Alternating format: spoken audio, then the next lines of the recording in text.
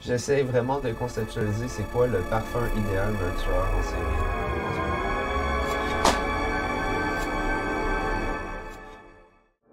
Donc, je suis Hakim Lapointe, aussi connu sous le nom de Amselicen. Artiste d'enregistrement, je me décrirais pas particulièrement comme musicien, parce qu'auparavant, j'étais un artiste visuel qui s'est converti à la musique comme médium de choix pour l'expression conceptuelle personnelle. Donc, voilà, c'est ça, je dirais mon médium, c'est vraiment l'enregistrement plus que la musique dans son sens traditionnel.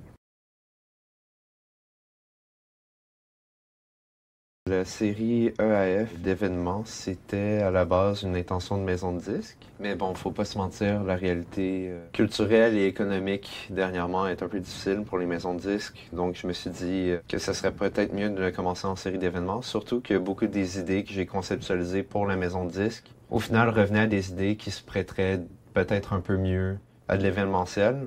Par exemple, le spectacle du 20 décembre dernier, en 2024, avec Foodman.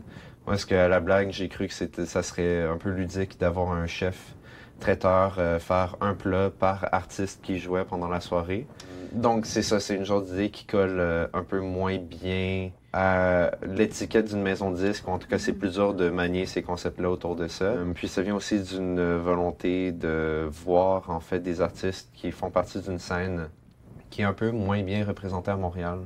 Des artistes qui en fait été un peu le kick-off pour m'inspirer à moi-même reprendre la musique électronique en 2017-18 à peu près. C'est un peu comme redonner aussi à cette communauté-là puis pouvoir la partager avec Montréal un peu plus vu qu'elle est principalement européenne. Avant Célicène, j'avais mon propre band de rock post-punk, en tout cas, ma limite est floue là-dessus. Puis, à un certain point, mon ancien batteur a eu un problème médical qui n'était pas couvert par les assurances, donc a dû travailler plusieurs jobs en même temps. Je suis comme, bon, c'est un peu la fin du band, donc je me suis remis à la musique électronique parce que c'était mon intérêt premier. Puis, il y avait de moins en moins de place à l'instrumentation plus rock dans ma musique. Puis je pense que le point tournant, c'est principalement deux éléments. Le spectacle de One O Tricks Point Never au Monument National pour la tournée de Age of, son album qui avait sorti à l'année même. Puis le deuxième, c'était la découverte de un label montréalais qui s'appelle Dream Disc, puis l'autre qui s'appelle Geno Center, qui au final j'ai fini par sortir sur les deux. Mais je pense qu'un album vraiment clé pour moi, c'était Plastisphere de Forces. Puis quand j'ai entendu cet album-là, je suis comme ok cool, je sais qu'on peut faire ça avec de l'électronique. C'est un peu une approche très avant-garde ou très brute, très extrême que j'aimais dans la musique punk puis dans l'instrumentation un peu plus traditionnelle que j'ai pu reprendre en électronique aussi par après.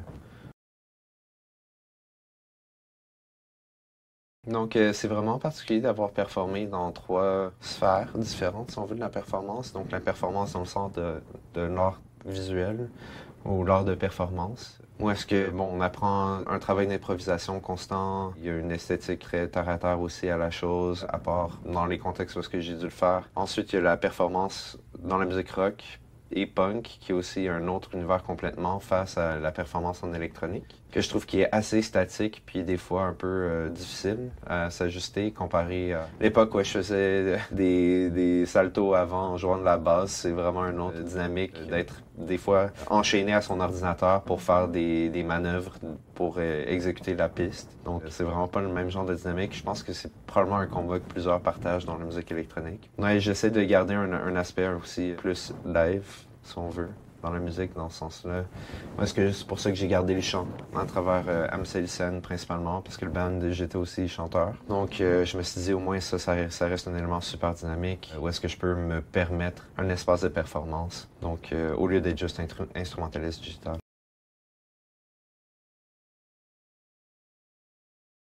Je dirais le truc qui découle le plus de mon expérience académique en art visuel, c'est l'envie. En fait, j'ai aussi pris goût à faire des albums enregistrés puis vraiment un médium digital. En faisant les trames sonores de mes propres œuvres vidéo à l'école, ce qui est un peu drôle. Puis c'est surtout la méthodologie en fait qui m'est restée vraiment proche du cœur. Où est-ce que à chaque album, je l'écris un peu comme une proposition de projet. En fait, comme si j'allais déposer pour une bourse. Où est-ce que j'écris une intention d'album. Souvent, je vais avoir le nom des pistes avant même qu'elles existent pour me donner un genre d'univers visuel et conceptuel que je peux toujours ramener sur demande. C'est de manière pas trop dissimilaire au Mind Palace, que les gens ont le genre d'univers interne où est-ce que tu es capable de tout repérer selon ton imaginaire. Donc c'est ça, j'essaie de me créer un univers conceptuel puis assez descriptif, fort, pour que je sois capable de revenir à cette intention-là puis de la revivre à travers le processus de composition. C'est sûr que bon, c'est comme en art aussi, il y a un point A, il y a un point B, puis on s'y rend jamais exactement en ligne droite, puis c'est l'exploration des plusieurs détours qui mènent à quelque chose d'intéressant. Ouais, généralement j'ai un write-up pour l'album, j'ai le nom des pistes, j'ai la tracklist, j'ai des idées d'images, souvent je moodboard même mon album, je fais des fois des storyboards pour certains vidéoclips, en tout cas, juste tout ça à l'avance, ou des fois c'est des intentions comme plus formelles que j'écris, genre, je veux un truc qui fait des ciseaux en termes de panning, fait que c'est comme, ok, j'ai à peu près l'idée que ça va faire comme 1, 2, 3, 4 comme ça, puis c'est juste cette forme-là, c'est ce qui m'inspire à la prochaine trame. C'est vraiment ce genre de processus-là, de l'art visuel qui m'est resté.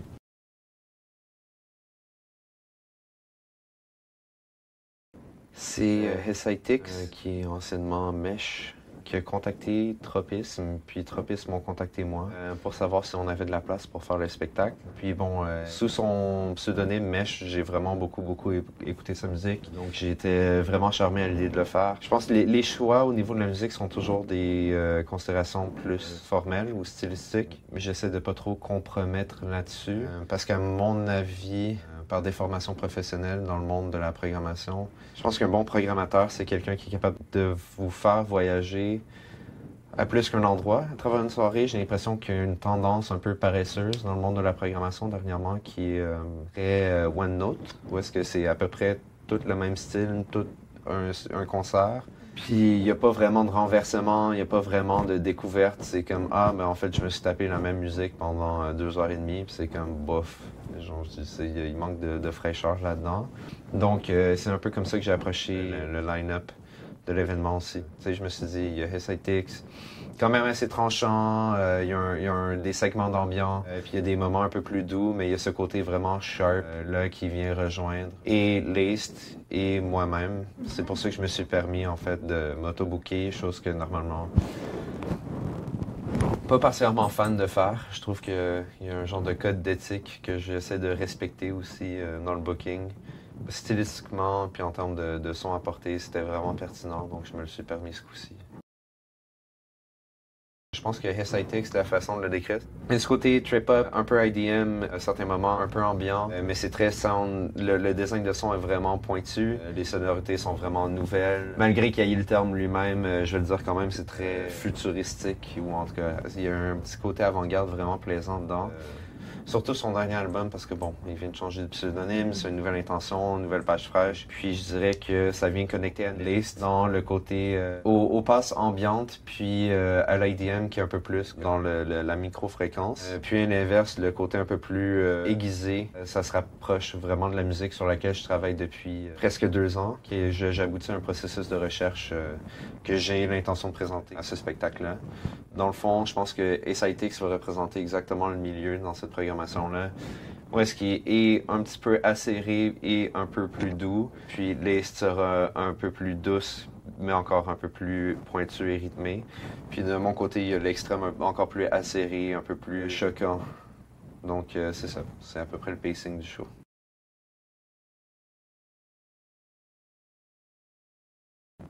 Pour un bon contexte de performance, je pense qu'il y a une limitation à travers EF qui est de prioriser, de faire seulement de la musique live. Parce que c'est un élément qui a disparu depuis quelques années de la scène montréalaise dans certains cercles. Surtout dans l'électronique qui s'est fait remplacer par le DJing fortement. Et en fait, performer dans des contextes de rave, souvent quand un musicien live C'est difficile. Des fois, c'est un manque d'éducation de foule qui porte pas particulièrement attention ou qui vont super bruyants pendant performance. Des fois, c'est le promoteur même qui sait pas comment travailler avec des gens qui font du live, qui font soit la mauvaise préparation ou le slotting, genre la position dans l'horaire est un peu différente. Un peu difficile à composer, ou est-ce que tu te fais rusher entre deux DJ, puis il n'y a pas vraiment de moment d'appréciation pour la chose, ou tu es juste en opening vraiment tôt dans la soirée, personne n'est là, puis tu as joué dans le vide. Donc, j'essaie de garder ça live seulement, redonner un contexte pour cette scène-là à Montréal. Puis aussi, j'essaie de pouvoir construire un environnement semi-professionnel ou milieu de carrière, milieu d'envergure en termes d'offres de spectacle. Pour dépasser l'offre qui est très DIY ou très low budget ou très très underground, comme j'essaie de pas faire un show à la Casa organisé par les artistes pour les artistes par les artistes. J'essaie d'offrir de quoi qui est un peu plus comment dire, avancé en termes de budget aussi pour pouvoir donner une expérience considérable aussi à des gens. Parce que le but du booking est toujours de faire une tête d'affiche, une personne de mi-carrière puis une personne plus émergente. Pour donner aussi l'opportunité à la personne émergente de pouvoir comme goûter un peu à ce contexte de performance-là, puis ensuite avancer sa carrière ou en tout cas comme pouvoir évaluer comment elle se sent face à ce genre de performance-là. Puis aussi de bien la documenter. Je pense que la documentation, malheureusement, dans le contexte d'aujourd'hui, c'est un aspect qui est peut-être trop important. Puis c'est pas que la musique, là. Je veux pas agir comme une victime unique, là. C'est dans tous les domaines aussi, en art visuel. Beaucoup de mes pairs sont comme moi, c'est la documentation de l'œuvre plus que l'œuvre qui importe dernièrement, donc bon. Mais c'est ça. Donc contexte de performance, je crois que c'est performance ou le contexte où est-ce que tu es considéré vraiment pour ta performance, ta place t'est taillée correctement. Un niveau de performance qui n'est pas complètement broche à foin non plus, là, pour utiliser un terme assez familier. Puis une opportunité qui te permet d'avancer, qui n'est pas juste un j'arrondis un coin de moi.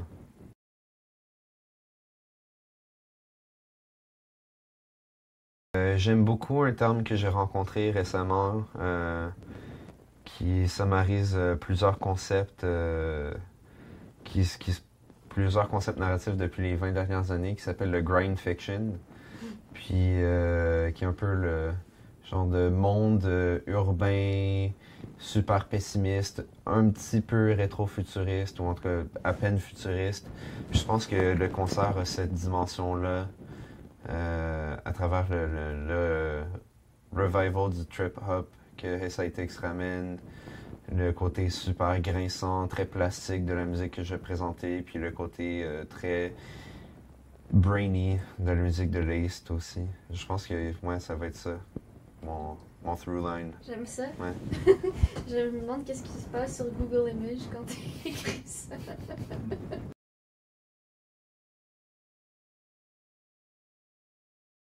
Est-ce que c'est bien? Je sais pas. D'adapter son travail. J'ai l'impression que des fois, c'est que la flexibilité, ça peut être aussi un genre de faiblesse ou en tout cas un manque de. Faudrait vraiment appuyer le concept premier, mais je pense que le bon exemple, en fait, s'est produit super récemment. Moi, ce qu'on m'a demandé de jouer pour Shift Radio en collaboration avec Exposé Noir. Puis, vu le contexte vraiment plus dance floor de la chose, j'ai tout changé. Le catalogue qui a été présenté versus ce que je présentais à la fin du mois, c'est deux trucs complètement différents. Donc oui, je m'adapte toujours au contexte de ce truc. Puis j'ai l'impression qu'il y a aussi beaucoup de mes pairs qui font de même. J'ai l'impression que je veux juste continuer à transmettre la passion que j'ai reçue plus jeune dans ma vie en arrivant à Montréal. À 17-18 ans, j'ai été emmené dans des shows de musique expérimentale, puis je pense que j'ai vraiment pris goût à ce moment-là. Ça n'a pas été avant plus tard que j'ai été capable d'en faire moi-même de manière quand même assez convaincante, mais j'ai quand même pris la piqûre à ce moment-là. Puis je me dis, 10 ans plus tard, maintenant que j'ai 28, Puis qu'une génération et demie complète a passé à travers la scène, c'est un peu ma responsabilité aussi de pouvoir redonner et aux artistes qui m'ont inspiré, puis ensuite aux nouvelles générations, aux nouveaux participants, aux nouvelles personnes impliquées dans la culture, c'est de retransmettre cette passion-là, puis de montrer à quel point c'est un monde super intéressant. Est-ce que je dirais qu'au point que je me sens pas vraiment comme responsable ou contribueur particulièrement dans la communauté. Je trouve que c'est un terme qui est vraiment surutilisé à des mauvaises fins dernièrement, mais définitivement, même sans que ce soit du travail pas seulement communautaire, je veux juste redonner au public at large essentiellement. Malheureusement, pas tant. En fait, j'ai souvent travaillé seul. Ce qui est malheureux, je pense que c'est juste une différence de méthode de travail. Même quand j'avais mon groupe de rock, c'était moi qui composais l'entièreté des trucs. Donc, j'écrivais pour tous les instruments, puis ensuite les gens jouaient pour moi. Donc, bon, avec quelques impros près, puis tout ça. Mais le cœur de la chose, c'était vraiment du travail solitaire. Donc, je pense que j'ai juste continué à travailler comme ça souvent. Mais EAF, dans l'espoir de travailler, je le fais dans l'espoir de travailler avec plein d'autres gens aussi. Il y a beaucoup des concepts que je vais apporter dans les prochaines années qui sont du travail très collaboratif. Euh, Peut-être même communautaire, je vais me permettre d'utiliser le mot. Mais oui, où est-ce que j'aimerais pouvoir rassembler des dizaines de personnes à venir travailler ensemble sur un même projet qui entoure un concert ou une sortie d'album. Pour EAF, j'ai un bon exemple, c'est un artiste sur West Mineral, qui est une maison de disques plus ambiante. Il y a l'artiste Raft of Trash avec l'album A Daka Morpha, qui est un peu une des sources d'inspiration, ou une des premières inspirations pour EF, où est-ce que c'est un artiste qui a composé un album d'ambient drony en construisant des villes dans le jeu SimCity 3000, puis en sonifiant les données qui sont exportées en live du jeu. Je sais pas, il précise pas exactement, mais ça pourrait être le nombre d'habitants dans la ville, ça pourrait être la météo, ça pourrait être plein de trucs comme ça, mais qui viennent donc informer des oscillateurs digitaux, puis donc chaque composition est une ville différente dans l'album. Et c'est ce genre de concept-là, je suis comme, ah, il y a quoi de cool? Admettons, on fait des shows avec ma série d'événements. Ben, peut-être qu'on pourrait produire une maquette de ces villes-là, juste les 3D print, un truc comme ça. Puis ensuite, faut aussi avouer que l'idée de la nourriture avec Foodman, c'était relié à, en fait, le album liner de Toilet Status, qui est un artiste japonais aussi, d'une scène similaire à Foodman, qui lui distribuait des yakitori pendant ses shows parce que avec son nom de Toilet Status, sa mentalité c'est la bouffe, tu l'ingères puis tu la rejettes puis c'est comme la musique, tu l'absorbes puis tu la transformes. Mon projet MCLSN, ça fait 2 ans que je suis en recherche sonore pour finir un album que j'ai commencé, qui va être présenté en grande majorité le 31. Pas en tant que sortie d'album, je suis encore en train de peaufiner certains trucs puis de négocier avec des maisons de disques. Parce qu'il y a un volet physique à l'album quand même assez important. Ou est-ce que c'est niché dans la vulgarité, le crasse, il y a de quoi d'insultant un peu à l'album, avec un mélange de chic très corpo. Ça touche beaucoup sur la culture nord-américaine, puis le genre de l'édification, mais en même temps la commodification du mode de vie américain au complet. Puis c'est de revenir à des sonorités comme ça qui s'expriment beaucoup à travers un genre le côté un peu oublié du mouvement indie sleaze qu'on voit en ce moment, du revival de l'Electroclash, puis de plein de choses comme ça. T'sais, on pense à des gens aussi comme The Dare, qui est comme la version clean de cette esthétique-là, genre très business sleazy et tout ça. Donc, il y a un genre de côté extrême à tout ça que j'essaie de travailler en ce moment. Dans mes inspirations pour ça spécifiquement, je pense beaucoup à Mark Fell, qui est un immanquable. Shit and Shine, un album particulier qui s'appelle Joy, qui est sorti sur OOH Sounds. Puis Evil, qui est un duo anglais, si je me trompe pas, qui ont un son hyper plastique. En fait, c'est que de la synthèse super abrasive. C'est vraiment, comment dire, c'est formellement chiant à écouter, mais c'est un délice. C'est vraiment incroyable.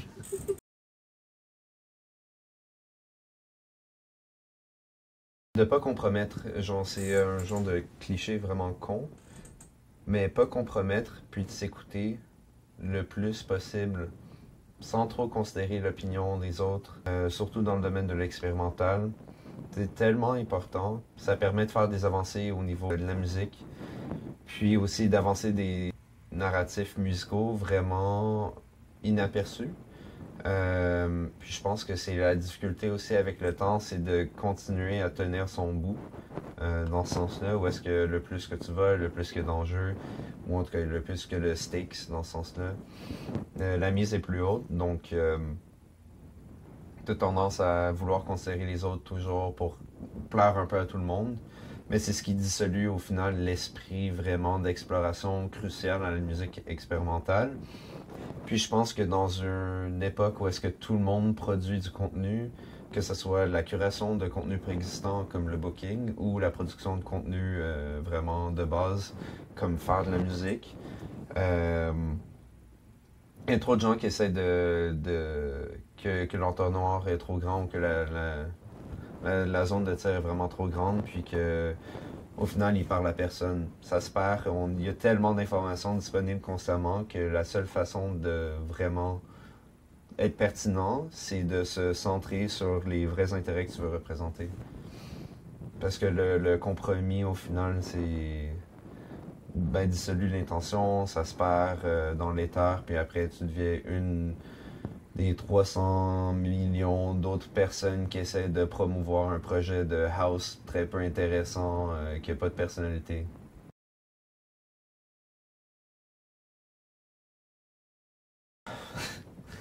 J'essaie vraiment de conceptualiser c'est quoi le parfum idéal d'un tueur en série en ce moment. Ou d'un tueur à gages, de savoir quel parfum il porte. C'est sujet de discussion avec mes amis. On essaie de penser est-ce qu'il porterait un genre de Tom Ford ou c'est quoi les notes exactement qui sont dans son eau de toilette. Puis je suis vraiment obsédé avec cette idée-là. Puis peut-être qu'éventuellement ça va mener à quelque part musicalement aussi, mais en ce moment c'est une genre d'obsession créative que j'ai en ce moment.